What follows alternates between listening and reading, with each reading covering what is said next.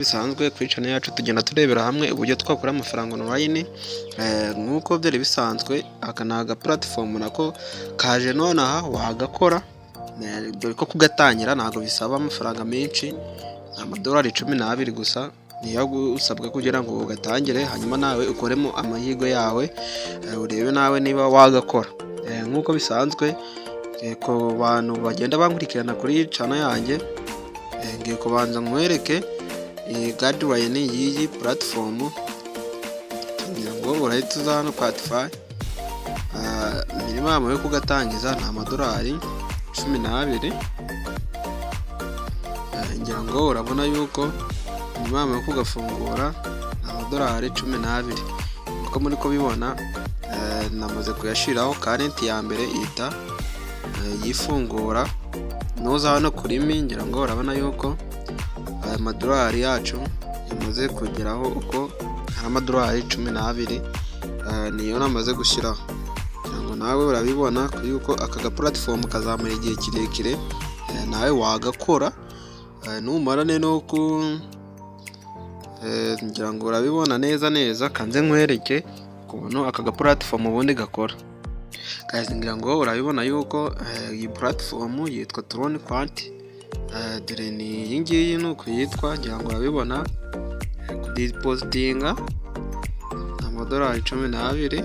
Ngira ngo urabibona iyi ni level 1 ugira amadolari 12 ukageza ku madolari 99. Noneho ku munsi ugakora amadolari 2 bitewe nayo washizeho kugera ku madolari 16. Bitewe nayo washizeho ushobora gushaka amadolari 20-30 ukumva wowe bagukubira bitewe n'amafaranga washizeho.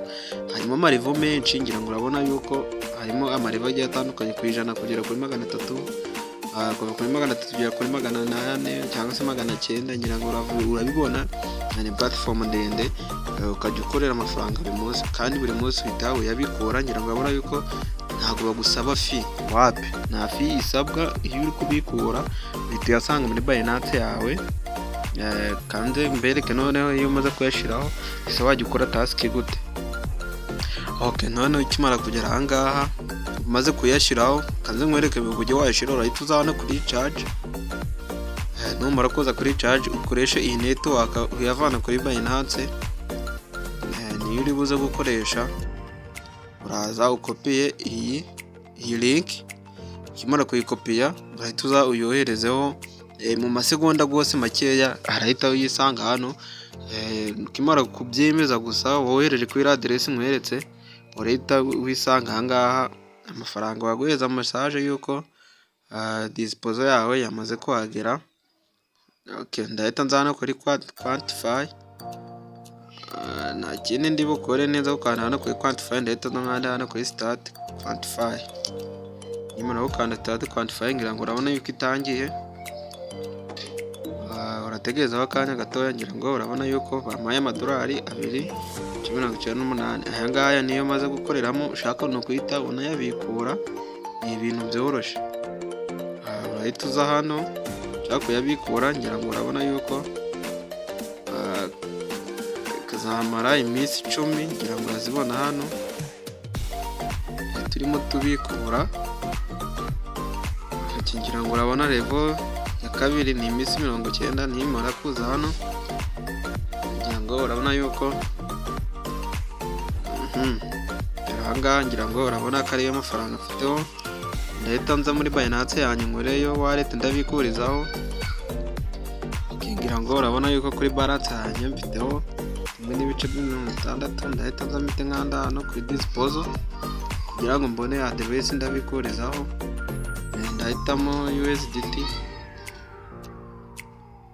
Okay, nimitamo USDT ndahita nza mitemo BEP20. Hanyuma mite nkora copy. Hanyuma kubikurayo ndahita nza nkanda hano kuri withdraw.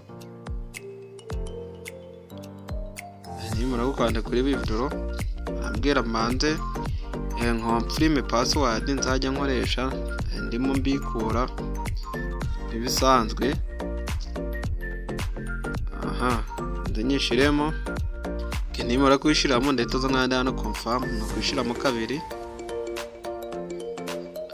Moneto akabaye makeya gusa ndahita nkanda hano kuri confirm. So kimara gukanda confirm rero yangaha uhita aha hambere kirabona yuko network ni BIP20 ahambere ushiramo umubare w'amadolari ushaka kubikura.